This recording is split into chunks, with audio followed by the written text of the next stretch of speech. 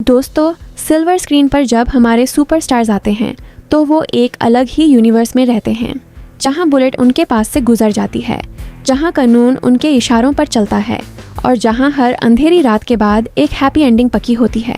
लेकिन क्या हो जब कैमरास रोलिंग खत्म हो जाएं और जब आपकी फैन फॉलोइंग की दीवार को चीरते हुए रियल वर्ल्ड इंडियन जुडिशरी आपके सामने खड़ी हो जाए। इंडियन लीगल हिस्ट्री में ऐसी बहुत रातें आई हैं जब देश के सबसे बड़े मेगा आइडल्स ने एक्सपेंसिव डिजाइनर कपड़े छोड़कर जेल के सस्ती कॉयडी की वर्दी पहनी है। आज के इस वीडियो में हम सिर्फ हेडलाइनर्स को टच नहीं करेंगे, हम उन सबसे बड़े लीगल केस फाइल्स की तह तक जाएंगे जिन्होंने बॉलीवुड की पूरी फाउंडेशन को हिला कर रख दिया था। कोर्ट रूम के आर्ग्यूमेंट से लेकर जेल की उन अंधेरी रातों तक। हमारे लिस्ट की सबसे पहली, सबसे लंबी और सबसे ज़्यादा हाई प्रोफाइल केस फाइल है संजय दत्त की। 1993 में जब मुंबई बॉम्ब ब्लास्ट से कांप उठा तो पुलिस ने एक पूरा काउंटर टेरर नेटवर्क एक्टिव किया। इन्वेस्टिगेशन के तार डायरेक्टली दुबई और पाकिस्तान से जुड़े अंडरवर्ल्ड माफिया से मिल रहे थे, लेकिन इस पूरे टेरर नेक्सस के बीच एक ऐसा नाम सामने आया जिसने देश के होश उड़ा दिए। He was the ruling youth icon Sanjay Dutt. Sanju Baba पर इल्ज़ाम था कि उन्होंने अबू सलेम और दाऊद इब्राहिम के गैंग मेंबर्स से उनके घर पर मिलिट्री ग्रेड ऑटोमेटिक वेपन यानी AK-56 राइफल और कुछ हैंड ग्रेनेड्स रिसीव किए थे। संजय दत्त का स्टैंड हमेशा से बहुत सिंपल था। उन्होंने कहा कि मुंबई रायट्स के दौरान उनके परिवार को थ्रेट्स मिल रहे थे और उन्होंने ये सब सिर्फ सेल्फ डिफेंस के लिए रखा था। उन्होंने 90s के दौरान लगभग 18 महीने जेल में काटे। सलून चली लीगल बैटल के बाद सुप्रीम कोर्ट ने उन पर से टेरर चार्जेस तो हटा दिए, लेकिन आर्म्स एक्ट के तहत उन्हें गुनाहगार पाते हुए 5 साल की स्ट्रिक्ट इम्प्रिजनमेंट सुनाई। फरवरी 2016 में जब वो बाइज्जत रिहा हुए तो उन्होंने ज़मीन को चूमा और सल्यूट किया। ये उनकी ज़िंदगी का सबसे बड़ा और रियल ट्रांसफॉर्मेशन था। बॉलीवुड के सबसे बड़े मैस हीरो सलमान खान का कानून के साथ रिश्ता सिर्फ पुराना नहीं बल्कि बेहद नाजुक रहा है। उनकी पहली बड़ी लीगल डिजास्टर शुरू हुई सितंबर 1998 में। फिल्म हम साथ साथ हैं की शूटिंग जोधपुर के पास चल रही थी। एक रात सलमान अपने को स्टार्स के साथ शिकार पर निकले। उन पर इल्ज़ाम लगा कि उन्होंने 2 एंडेंजर्ड ब्लैक बक्स काले हिरन को गोली मारी। राजस्थान की बिश्नोई कम्युनिटी जो प्रकृति और जानवरों को भगवान मानती है, उन्होंने इस केस को अपनी शान का मामला बना लिया। सलमान को इस केस में 5 साल की सज़ा सुनाई गई और उन्हें जोधपुर सेंट्रल जेल में कैदी नंबर 106 बांधकर लगभग 1 हफ्ता बिताना पड़ा। लेकिन उनका सबसे बड़ा केस था 28 सितंबर 2002 का हिट एंड रन केस। रात के वक्त सलमान खान की white Toyota land cruiser Bandra में अमेरिकन एक्सप्रेस बेकरी के फुटपाथ पर सोते हुए मजदूरों पर चढ़ गई। नूरुल्लाह शरीफ नाम के एक मजदूर की मौके पर मौत हो गई, जबकि 4 मजदूर सीरियस इंजर्ड हो गए। इस केस में इतने ट्विस्ट आए जो किसी फिल्म में नहीं होते। सलमान के साथ गए थे उनके police bodyguard constable Ravindra Patel ने बयान दिया कि सलमान ही गाड़ी चला रहे थे और वो नशे में थे। सालों तक चली इस केस में रविंद्र पटेल पर इतना प्रेशर आया कि उनके मेंटल हेल्थ खराब हो गई, उन्हें जॉब से निकाल दिया गया और उन्हें ट्यूबरकुलोसिस के चलते अकेलेपन में दाम तोड़ना पड़ा। 2015 में सेशंस कोर्ट ने सलमान को 5 साल की जेल दी थी, लेकिन 7 महीने बाद ही बॉम्बे हाई कोर्ट ने उन्हें सारी चार्जेस से बरी कर दिया था, क्योंकि स्टेट उनके खिलाफ कॉन्क्रीट एविडेंस पेश नहीं कर पाया।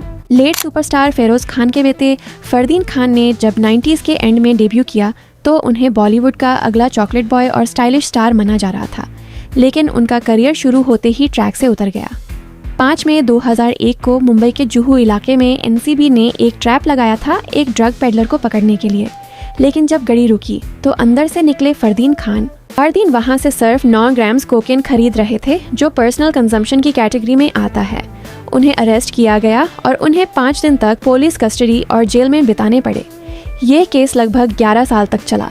फाइनली 2012 में कोर्ट ने उन्हें NDPS एक्ट के एक स्पेशल सेक्शन के तहत इम्यूनिटी दे दी, क्योंकि उन्होंने खुद को द एडिक्शन प्रोग्राम से गुजरा और कोर्ट के सामने अपनी गलती मानी। पर इन 11 सालों ने उनके करियर के पीक टाइम को पूरी तरह खा लिया। हम सब जानते हैं कि जॉन अब्राहम को सुपर बाइक्स का कितना शौक है, लेकिन यही शौक साल 2006 में उनके लिए एक लीगल नाइटमेयर बन गया। जॉन अपनी 1300cc यामाहा हायाबुसा से रात को बांद्रा से गुजर रहे थे, तभी अचानक उनकी बाइक स्लिप हुई और 2 साइकिल से टकरा गई, जिससे 2 नौजवान इंजरे हो गए। यहाँ जॉन ने एक बेहतरीन इंसानियत की मिसाल पेश की। वो भगे नहीं, खुद उन दोनों जख्मी लड़कों को हॉस्पिटल लेकर गए। लेकिन कानून राश और नेग्लिजेंट ड्राइविंग पर चुप नहीं रहता। लोकल कोर्ट ने उन्हें 15 दिन की जेल की सज़ा सुनाई थी। उन्होंने सेशंस कोर्ट और हाई कोर्ट में अपील की, जहां उन्हें इमीडिएट बेल मिल गई, पर उन्हें टेक्निकल कस्टडी में रहना पड़ा था। जज ने उनके हॉस्पिटल ले जाने के एक्शन को काफ़ी अप्रिशिएट किया, जिसकी वजह से उनकी सज़ा को ज़्यादा सख्त नहीं किया गया।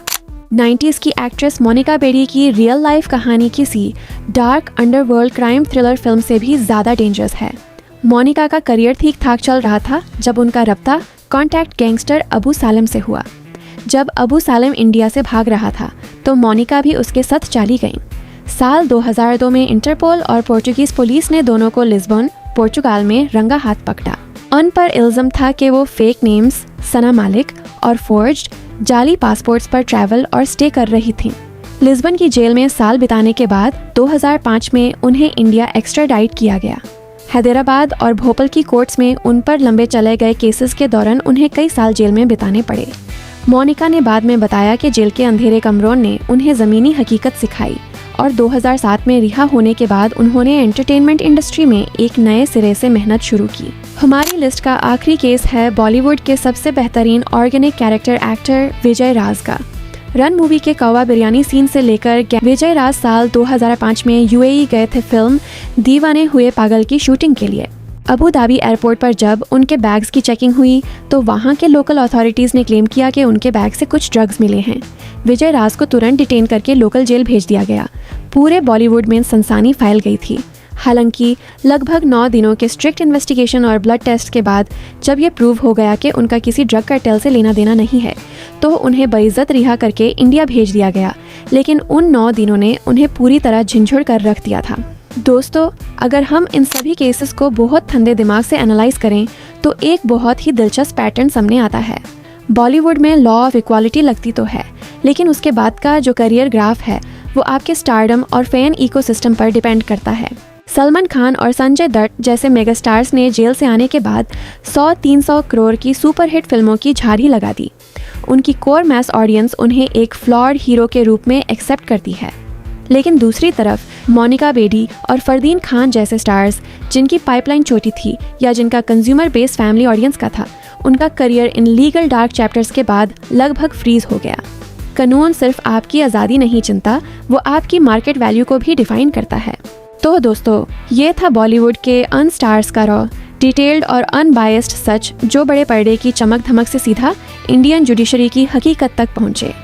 स्टारडम जितनी बड़ी होती है, आपकी रिस्पॉन्सिबिलिटी भी उतनी ही हैवी होती है। आपको इन सभी केसेस में से किस एक्टर का लीगल बैटल सबसे ज़्यादा शॉक दे गया?